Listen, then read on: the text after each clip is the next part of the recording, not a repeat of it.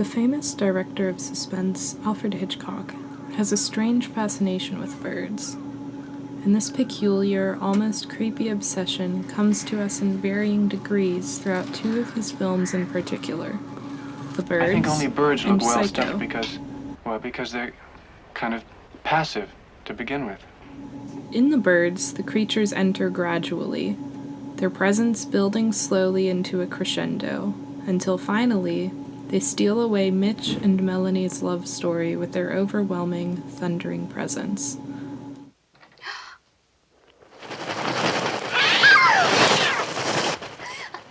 Their presence alone becomes an oppressive force. This is entirely opposite to their apparently passive presence in Psycho. Norman stuffs birds as a lifestyle. He takes these lifeless, supposedly passive things and leaves them blind to the world, and blind to his crimes. The birds serve as a symbol for how he sees human beings, including himself. We're all in our private traps, clamped in them, and none of us can ever get out. I stepped into a private trap back there, and I'd like to go back and try to pull myself out of it. He considers birds to be a peaceful force, held especially passive by their entrapment. But in believing this notion, he also underestimates their power, as shown through the character of Norma Bates, or at least the Norma Bates we get to meet. Why, she wouldn't even harm a fly. To understand the complicated symbolism of the Hitchcockian bird, we need to pick apart two significant themes: the themes of love and of jealousy. In both films, we have a seemingly romantic plot, which then gets snatched away by the antagonist. In The Birds, it was Melanie and Mitch whose relationship takes the back seat when the danger of the birds becomes a present and active force.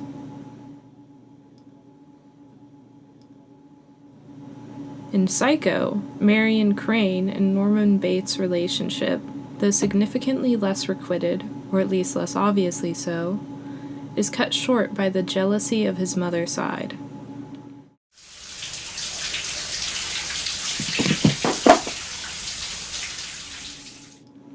But what gives me the right to call what the birds do in The Birds an act of jealousy?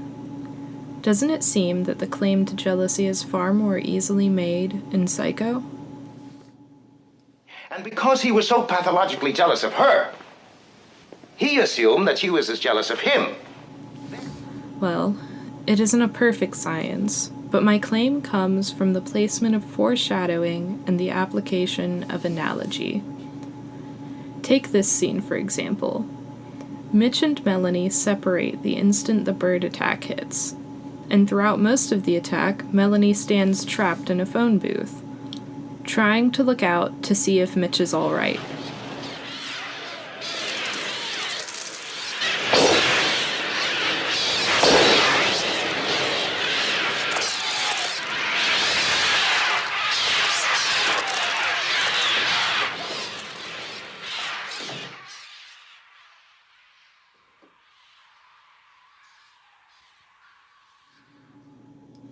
As the bird attack begins to die down, as shown through the quieting of their caws, Mitch comes to the booth and helps Melanie out of it and into the diner.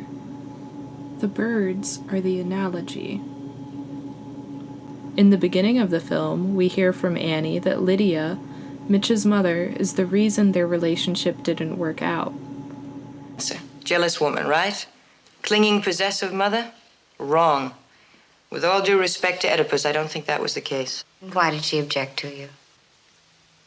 Because she was afraid. Afraid you'd take Mitch? Afraid I'd give Mitch. I don't understand. Afraid of any woman who would give Mitch the one thing Lydia can give him. Love. And in the first bird attack, on the living room, we see Lydia and Melanie sitting on the couch, with Mitch centered across from them. The two have nearly identical hair and clothing, the only difference being the saturation of color in each. That is the foreshadowing. Once the attack begins, the women are left to defend themselves on the couch and in the corner, while Mitch stomps around the room swatting helplessly. The claim I want to make is that the birds serve as a symbol of jealousy, that emotion which Lydia herself was not active enough to give. Their love has been tainted by some force, leading them to wish only for the destruction of the other, no matter the cost.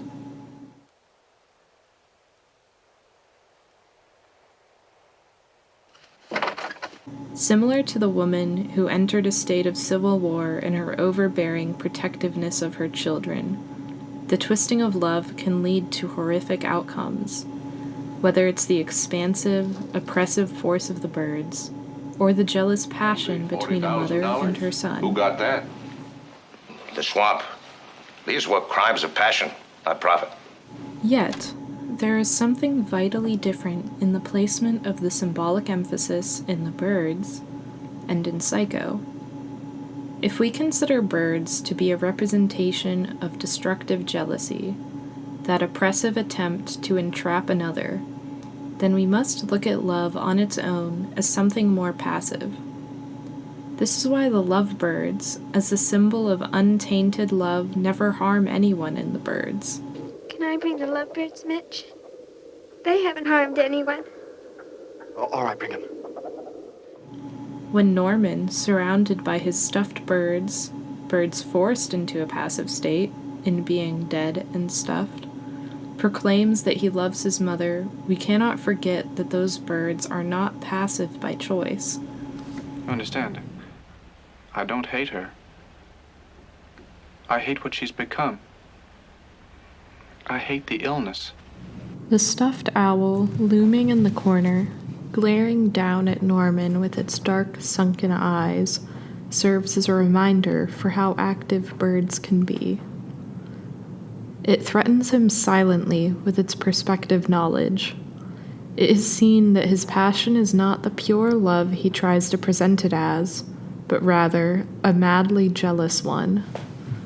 The owl also foreshadows the mother's own ability not only to act upon her jealousy, despite her being stuffed, but even to condemn her own son. Their mutual jealousy is an all-destroying force, and an Ouroboros of annihilation. However, what is truly fascinating about this image is that this infinite loop of jealous destruction is the result of a singular act of jealousy from Norman. Matricide is probably the most unbearable crime of all. Most unbearable to the son who commits it. The reciprocal jealousy which Norman tries to force his mother's side into is a rage against the lack of reciprocity in life. She was his entire world, yet she found someone else to be her world. Well, a son is a poor substitute for a lover. It is unclear to me whether The Birds or Psycho has a more hopeless ending. In The Birds, we see the lovebirds brought to the car with the rest of the family.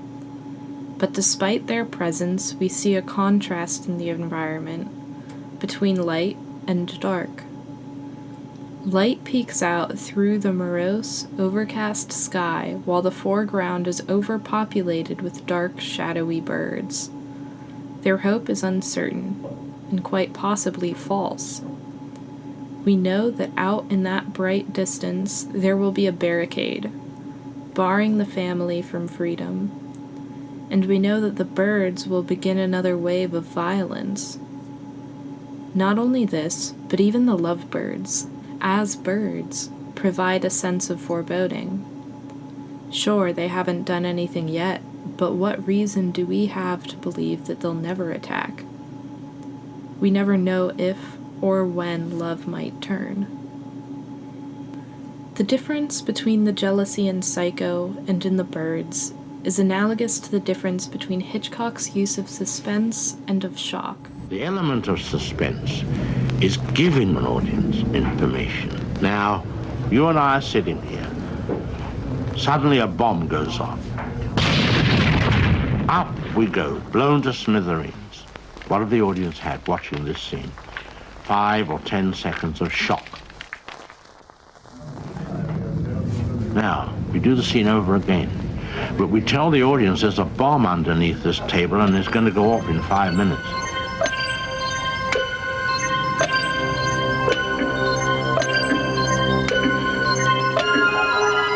Now, this innocuous conversation about football becomes very potent. They say, don't talk about football, there's a bomb under there. That's what they want to tell us.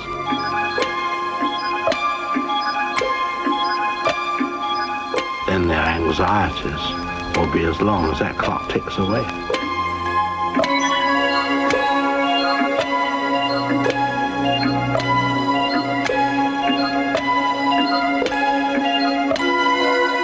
But the bomb must never go off. We are held in suspense by the symbol of love in the birds. Will the lovebirds turn?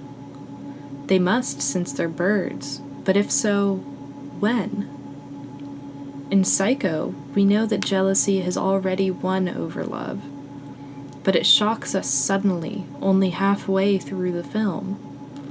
This shock doesn't come from the mother sneaking up on Marion, as that would be more accurately labeled as suspense. The shock comes from the bomb going off. Marion, our main character, is killed by the mother, and we are left for a long time in a state of disorientation. Jealousy has already won.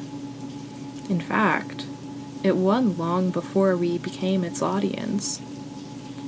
And that stark fact only really hits us in the ending, when we're left shocked by the overwhelming consumption of Norman's first act of jealousy. Both movies feel an inclination towards hopelessness, but one is held just out of sight to fill us with suspense, whereas the other is held right in front of us, submerging us in our prolonged shock. In one, we fear the unknown, the potential turning towards jealousy. In the other, we know its power, and in that knowledge, we fear its strength.